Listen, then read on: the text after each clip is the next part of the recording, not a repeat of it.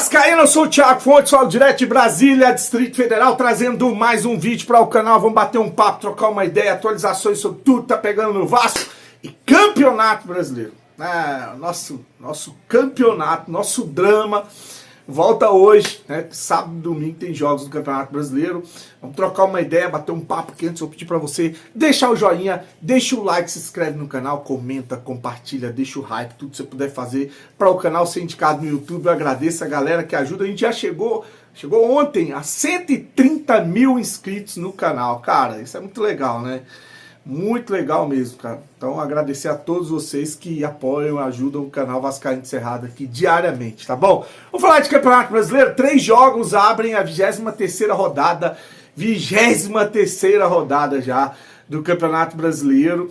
Né? Às 16 horas tem Grêmio e Mirassol. Bom Mirassol entra em campo de novo. Vai encarar o Grêmio, que se reforçou, tá? Trouxe jogadores aí para o segundo turno. Às 18h30 o Palmeiras encara o Internacional e às 21 horas o Fluminense pega o Corinthians. O Corinthians está cheio de problema para esse jogo, né? Cheio de desfalques para esse jogo. Acho que o Fluminense deve ganhar, tá? E aí você repara o seguinte, desses 3 jogos que eu te falei aqui, o Grêmio é 13º, tem 25 pontos. O Internacional é 10º, tem 27 pontos. E o Corinthians é 12º, tem 26 pontos. Por que eu tô te falando isso? Porque o Vasco encara o Ceará amanhã. O Ceará é 11º, tem 26 pontos. Veja só, 11º, 10º Inter, 11º o Ceará, 12º o Corinthians e 13º o Grêmio. Uma escadinha, né? Um com 27, outro com 26, mais outro com 26 e outro com 25. O Vasco tem 22 pontos. Se o Vasco vence o Ceará amanhã, no Campeonato Brasileiro, jogando em casa, em São Januário, o Vasco vai a 25 pontos. Cola nos times que estão no meio de tabela do Campeonato Brasileiro, dá uma bela de uma respirada ali, distante da zona da confusão. Né? Então precisa ganhar do Ceará. Porque olha, se o Vasco vai a 25, fica a 1 ponto do Ceará. É um jogo de 6 pontos. Se o Vasco vai a 25, fica a 2 pontos do Internacional, que eu acho que não ganha do Palmeiras. Se o Vasco vai a 25, fica a 2 pontos, não, a 1 ponto, não, empata em números de pontos com o Grêmio, que tem 25. Só que o Grêmio pega uma pedreira. O Mirassol hoje você já pode considerar uma pedreira. Acho que esse jogo aí, tendência a terminar empatado, com gols para os dois times, tá? Ambos marcam e termina empatado esse jogo aí. E o jogo do Fluminense-Corinthians, o Vasco indo a 25, acho que o Fluminense ganha do Corinthians.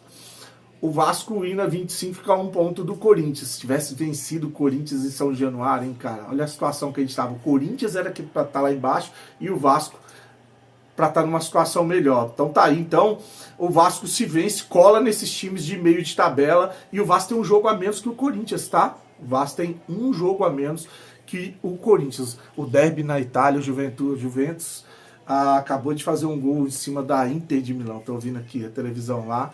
E na França, o Nice acabou de fazer um gol no Nantes. Eu acompanho futebol o tempo todo, né, cara? E aí vai chegando os alertas aqui. Enfim, tá aí então o Campeonato Brasileiro. O Vasco precisa muito vencer e tem problemas para o jogo de amanhã. Eu falo problemas porque são problemas, sim, no plural. Primeiro problema, Hugo Moura tomou o 3º cartão amarelo, tá fora do jogo, tá suspenso.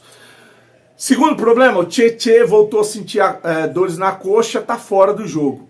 Terceiro problema, o Piton, a galera vai achar que isso aí não é problema, é solução. Sofreu um entorse no tornozelo, tá fora do jogo. São 3 desfalques, 3 titulares aí do time do Fernando Diniz, que já tinha perdido o Jair, né? Pra vaga do Hugo Moura, na zaga, lógico que ele vai manter o Lucas Freitas, que vem numa regularidade, tá jogando bem o Lucas Freitas, ou ele entra com o Carlos Cuesta, fazendo essa dupla com o Lucas Freitas, ou ele permanece, como ele mudou no jogo na Copa do Brasil, com o Robert Renan jogando com 2 zagueiros canhotos, tá?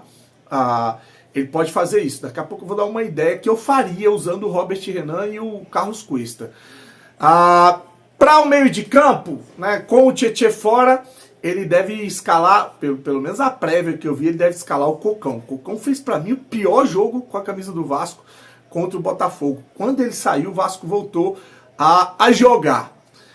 E para lugar do Piton, ele deve escalar o Puma Rodrigues de novo na lateral esquerda. Uma vergonha pro Vitor Luiz, né? Ter um lateral improvisado, um lateral direito improvisado na sua função, né? São coisas, são ossos do ofício, né? Aprovar a escalação do Vasco tem Léo Jardim, PH, é o Cuesta ou o Robert Renan, Lucas Freitas, Puma Rodrigues. Aí vem Barros, Cocão, Coutinho, Nuno Moreira, Ryan e Verrete.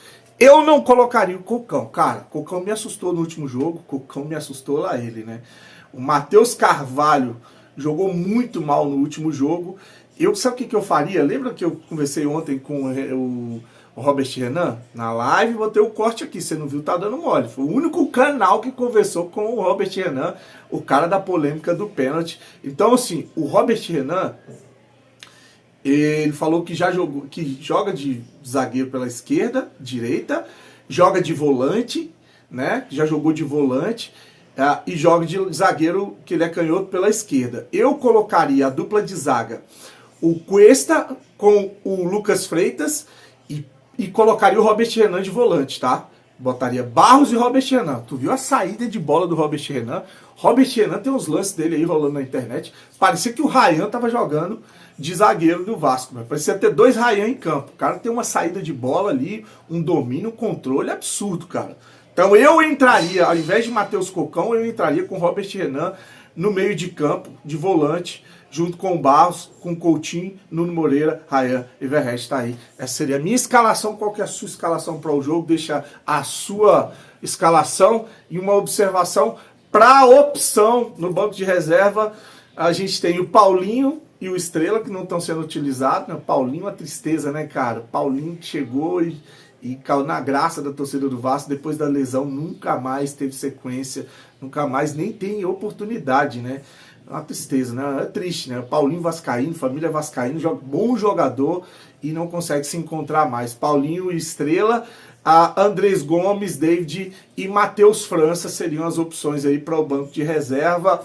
Para finalizar o vídeo, eu vou trazer aqui um pedido de desculpas do Edmundo. Lembra que o Edmundo fez várias lives detonando a gestão Pedrinho, fazendo acusações sérias, fazendo inclusive ameaças? Lembra, né, que ele falou, se o Pedrinho quis continuar ou fizer alguma coisa, eu vou revelar coisas que a oposição vai adorar saber. Então fez acusações.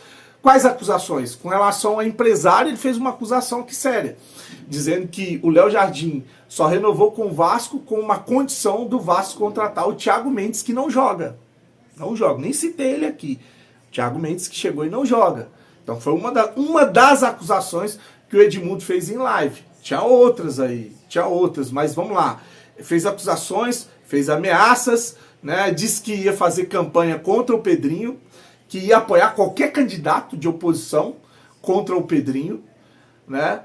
Falou que o Pedrinho foi traíra. Depois de tudo isso aí, agora ele vem numa live e se retrata, pede desculpas. Então eu vou deixar aí o Edmundo pedindo desculpas a tudo que ele falou em live. O que será que aconteceu, hein? Curte, comenta, compartilha. Um fim de semana abençoado para todos vocês. Fiquem com Deus e saudações vascaínas. A live aqui é muito alegre, muito espontânea. Embora eu, em alguns momentos, eu confunda o lado pessoal, as minhas brigas pessoais, mas ficar aqui 1 hora, 40 minutos, como vou ficar hoje, falando sozinho, é muito complexo. A chance de falar uma besteira ela é gigante. Então, eu gostaria que as pessoas entendessem, respeitassem, né, e que, de alguma forma, se eu errei, eu peço desculpa. Eu acho que não é vergonha nenhuma para um homem de caráter, de personalidade, entender que errou. Tenho os meus motivos, embora eles nunca devam ultrapassar a razão, eles nunca devam ser injustos com ninguém, mas, assim como todos que estão aqui, agora são 402 402 pessoas que estão aqui online, de forma simultânea. Todo mundo tem os seus problemas, né? E as suas mágoas, as suas tristezas. Então, se errei, peço desculpa. Peço desculpa novamente para os próximos erros, mas quero afirmar o meu compromisso de sempre respeitar e amar incondicionalmente o querido Clube de Regatas Vasco da Gama, o clube que me deu a oportunidade de realizar um grande sonho.